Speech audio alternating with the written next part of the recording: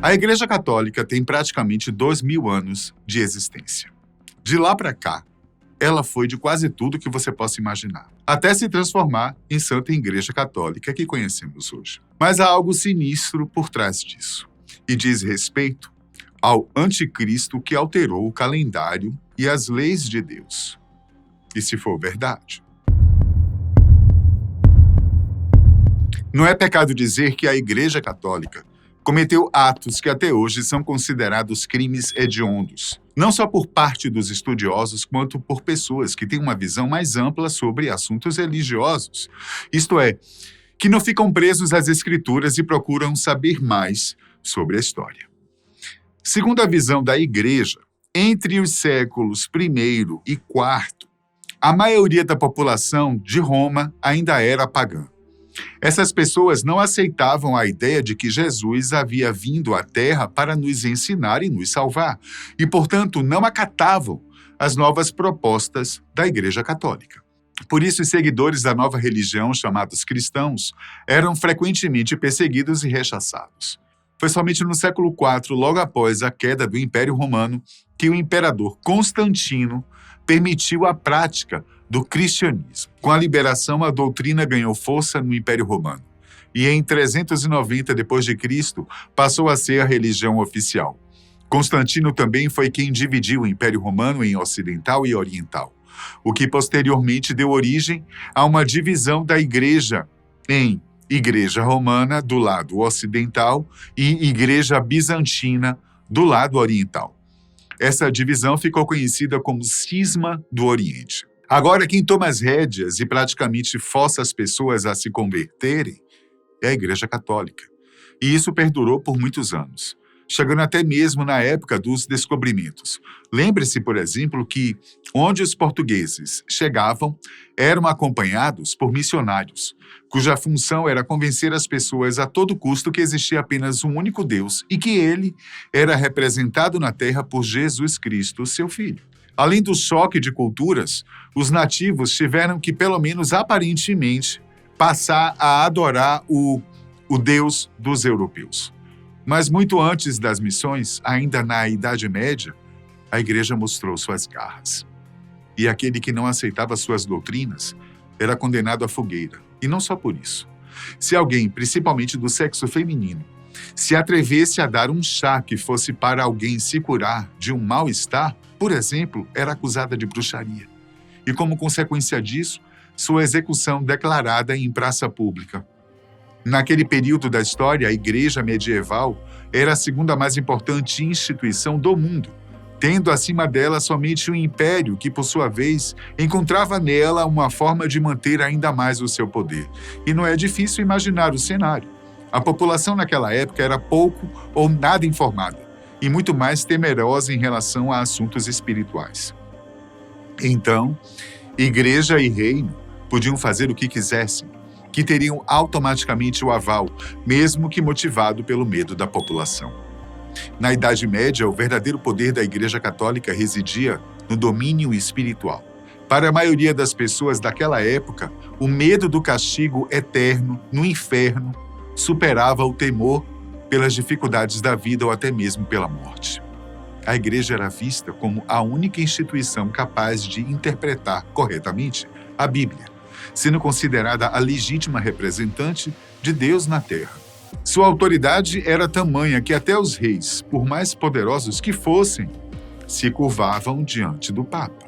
Além da influência espiritual, a Igreja acumulava também um vasto poder econômico. Ela controlava a arrecadação do dízimo, o tributo obrigatório, que representava 10% da renda de indivíduos e instituições. Em várias regiões da Europa, até os próprios reinos pagavam esse imposto à Igreja. O patrimônio eclesiástico era impressionante. Castelos, aldeias, extensas propriedades rurais faziam parte de seus domínios. E muitas dessas terras eram doadas por fiéis, herdadas por meio de testamentos ou adquiridas por compra, tornando a Igreja uma das maiores proprietárias de terras do continente. Bom, até aqui, vimos o quão poderosa a Igreja era naquela época. Mas muito mais do que hoje. Como não havia alternativas para que as pessoas comuns pudessem ficar informadas, o que o rei ou os padres diziam era para ser aceito e pronto. O cidadão não tinha e nem podia o mínimo direito de questionar ou discordar com o dito. E se isso acontecesse, seus castigos seriam piores do que se pode imaginar. A igreja tinha tanto poder que até o calendário foi modificado para se encaixar em seus padrões e necessidades, não dando a mínima para os cidadãos. Mas, primeiramente, por que o calendário foi mudado? Como é que ele era antes? Até então, o calendário padrão, para situar-se no tempo, era o juliano, introduzido pelo imperador romano Júlio César no ano 46 a.C. Esse calendário teve validade até 1582 d.C., quando o Papa Gregório XIII ordenou sua alteração e adequação. Segundo os historiadores, a reforma teve como principal objetivo corrigir um erro de cálculo no calendário juliano, que estava afetando a precisão da data da Páscoa e outros eventos religiosos baseados no ciclo solar. Aí você pode estar se perguntando, o que havia no calendário juliano que precisava ser modificado? O calendário introduzido por Júlio César considerava que o ano solar, isto é, o tempo que a Terra leva para dar uma volta completa ao redor do Sol, tinha 365,25 dias. E para ajustar esse quarto dia extra, ele adicionava um ano bissexto a cada 4 anos. No entanto, o ano solar real tem aproximadamente 365,2422 dias. Eu não sei como falar isso, mas vamos lá. Ou seja, o calendário juliano errava por cerca de 11 minutos e 14 segundos por ano. Pode parecer pouco, mas ao longo dos séculos isso foi se acumulando. A primeira modificação de Gregório XIII foi eliminar 10 dias do calendário juliano.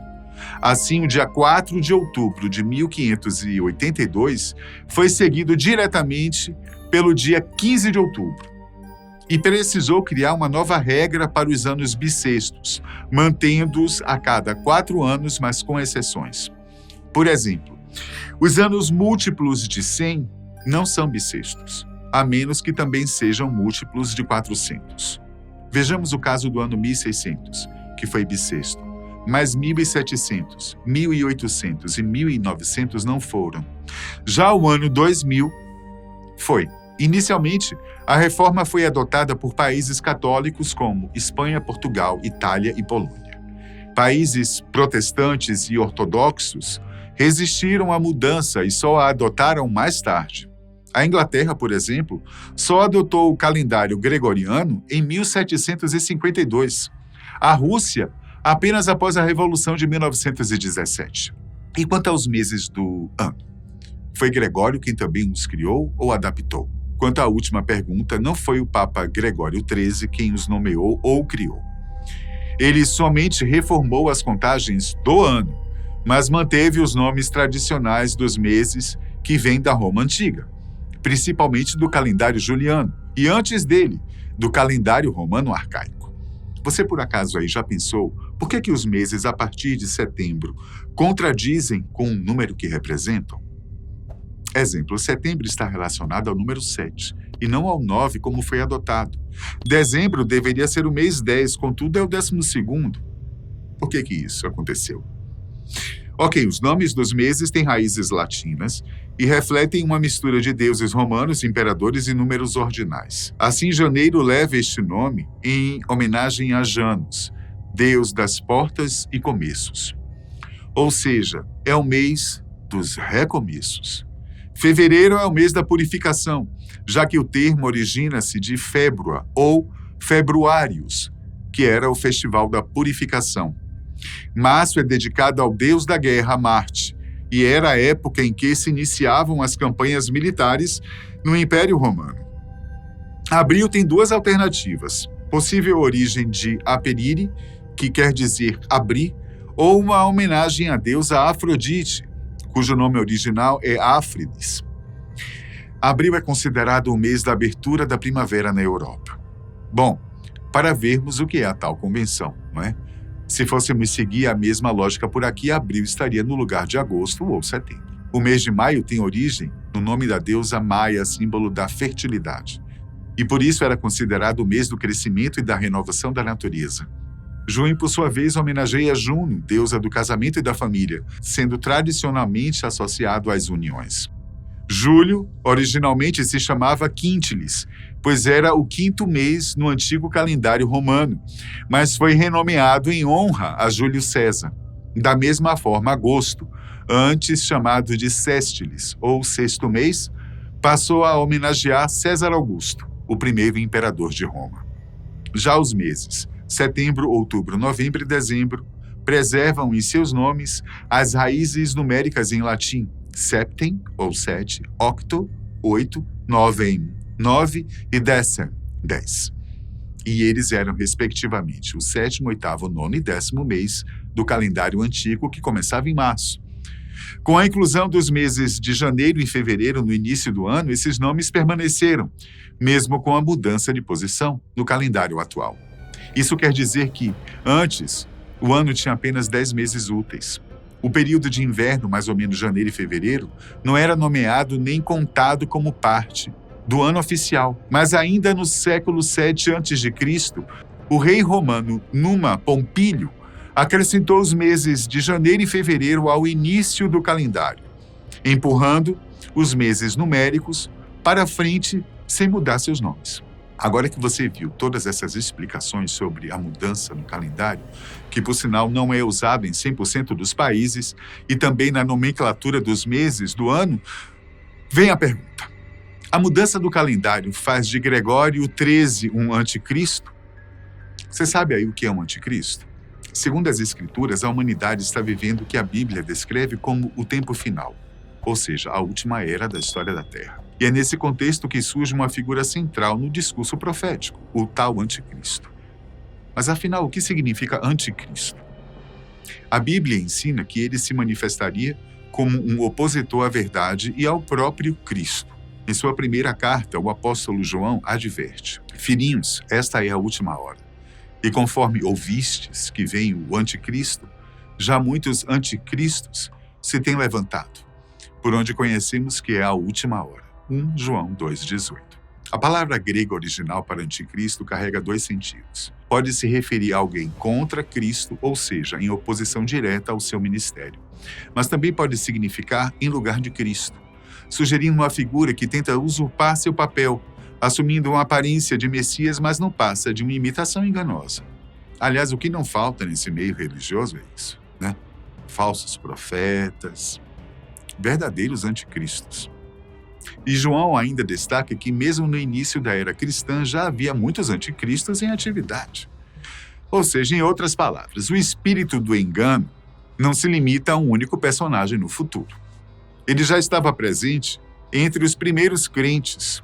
E João diz: saíram dentre nós, mas não eram dos nossos, porque se fossem dos nossos, teriam permanecido conosco. Essas coisas vos descrevo a respeito daqueles que vos querem enganar.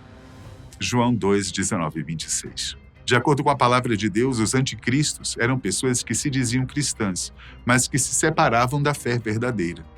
Eles eram mentirosos que negavam que Jesus era de fato Cristo, o ungido de Deus. E a Bíblia é direta sobre isso. Quem é o mentiroso? Senão aquele que nega que Jesus é o Cristo. Esse é o anticristo, que nega o Pai e o Filho. João 2, 22. E também, porque já muitos enganadores saíram pelo mundo, os quais não confessam que Jesus Cristo veio em carne. Tal é o enganador e o anticristo. João 1, 7. Esses anticristos não eram apenas descrentes, mas propagadores de um evangelho distorcido. Pregavam um Jesus diferente, uma mensagem adulterada.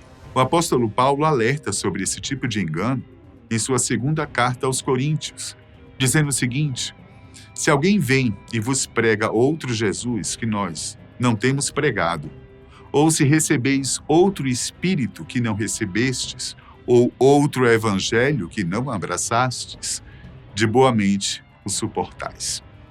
Esses são falsos apóstolos, obreiros fraudulentos, disfarçando-se em apóstolos de Cristo. E não é de admirar, pois o próprio Satanás se disfarça em anjo de luz. Não é surpresa, portanto, que seus ministros se disfaçem também em ministros da justiça, mas o fim deles será conforme suas obras. Coríntios 11, 4, 13 e 15.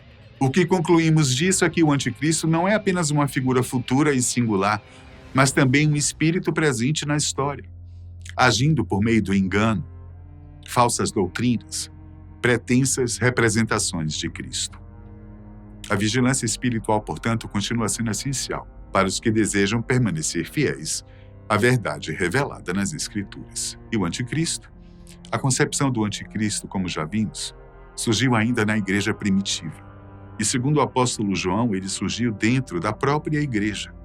Assim, os primeiros cristãos não estavam apenas esperando um grande opositor no futuro, como até hoje esperam, mas já lidando naquele tempo com falsos mestres, doutrinas distorcidas, líderes carismáticos que se afastavam da verdade, of the king, the power, e divisões perigosas que minavam a fé.